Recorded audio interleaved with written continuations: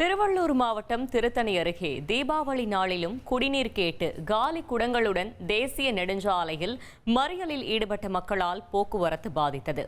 இதுகுறித்த கூடுதல் தகவலை செய்தியாளர் மணிகண்டன் வழங்கிட கேட்கலாம். மணிகண்டன், வணக்கம். கள தகவல்களை சொல்லுங்க.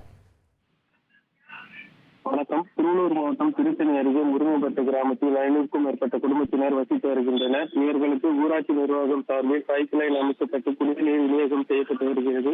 இந்த நிலையில் குடிநீர் மின்மோட்டார் பழுதாகி கடந்த 10 நாட்களாக குடிநீர் தட்டுப்பாடு ஏற்பட்டது. இது தொடர்பாக ஊராட்சி நிர்வாகம் பலமுறை புகார் தெரிவித்தும் நடவடிக்கை எடுக்காததால் சென்னை திருப்பதி தேசிய நெடுஞ்சாலையில் 100க்கும் மேற்பட்ட மக்கள் காலி படகுகளுடன் சாலை மறியலில் ஈடுபட்டனர்.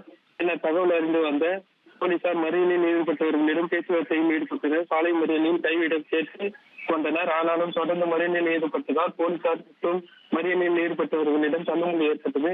இதனால் கிராமத்தை சேர்ந்த வழக்கறிஞரை வலுக்கட்டாயமாக அழைத்து சென்று வேலை நிறுத்த முயன்றதால் பெரும் பரபரப்பு ஏற்பட்டது.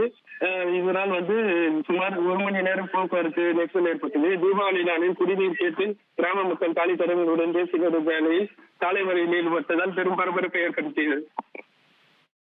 தகவல்களுக்கு நன்றி மணிகண்டன்.